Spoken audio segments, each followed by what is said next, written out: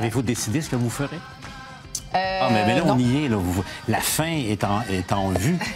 Oui, c'est Comment vrai. vous sentez? C'est comme la crise parfaite. Mais Quand vous y pensez, qu'est-ce qui vous rend peut-être la plus fière, disons, de vos 8 ans à l'Hôtel de Ville? comme je le rappelle, là, des fois, j'ai vécu la pandémie quand même. Tu sais, j'ai mené les Montréalais à travers la pandémie.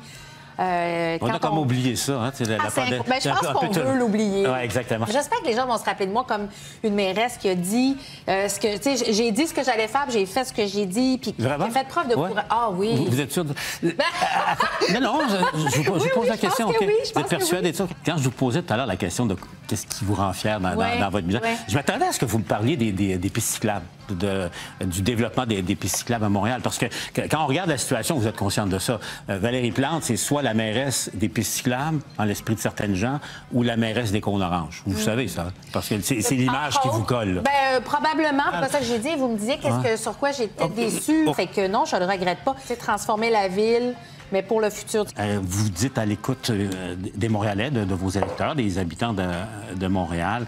L'Office de consultation de Montréal, qui coûte assez cher, merci aux contribuables, a écouté les Montréalais. Oui. Et la conclusion était claire, simple.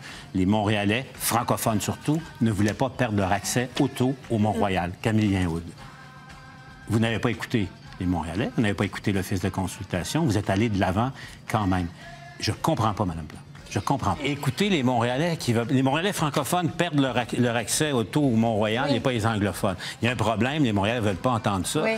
Vous dites, vous consultez, mais quand ça ne fait pas votre affaire, vous n'écoutez pas. Mais moi, ce que j'ai envie de dire, c'est que les Montréalais, puis honnêtement, je pense même les Québécois, mais je vais me limiter aux Montréalais, sont bien plus préoccupés par le monde qui dort dans la rue que le monde qui prie dans la rue.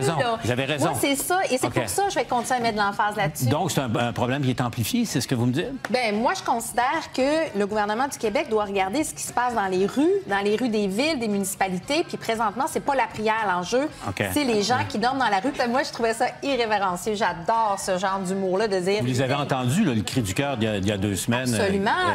Michel Leblanc disait la même chose. Les compagnies veulent fuir le centre-ville de Montréal. Donc, quand on est allé chercher des centaines de nouveaux policiers, c'est pour, entre autres, s'assurer de cette sécurité-là. Aussi, travailler des services santé et services sociaux. On essaie d'amener le gouvernement à amener plus de services dans la rue parce qu'encore une fois, puis un toit au-dessus de la tête, parce que si l'habitation, l'habitation, c'est comme la crise parfaite. La crise parfaite. Mais le gouvernement et moi, 250 millions pour ajouter des policiers à Montréal, c'est la seule ville au Québec qu'on a réussi que je suis allée chercher. Donc, c'est pas si mal que ça? Ben non. Comme décideur, je prends des rapports de recommandations faits par des consultations SWAT.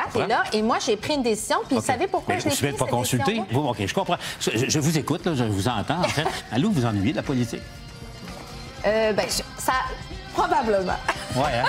Moi, je vais défendre des causes. Je ne vais pas répondre à de la provocation électoraliste. Électoraliste. Oui, merci. À suivre. À suivre. Avez-vous décidé ce que vous ferez? Non.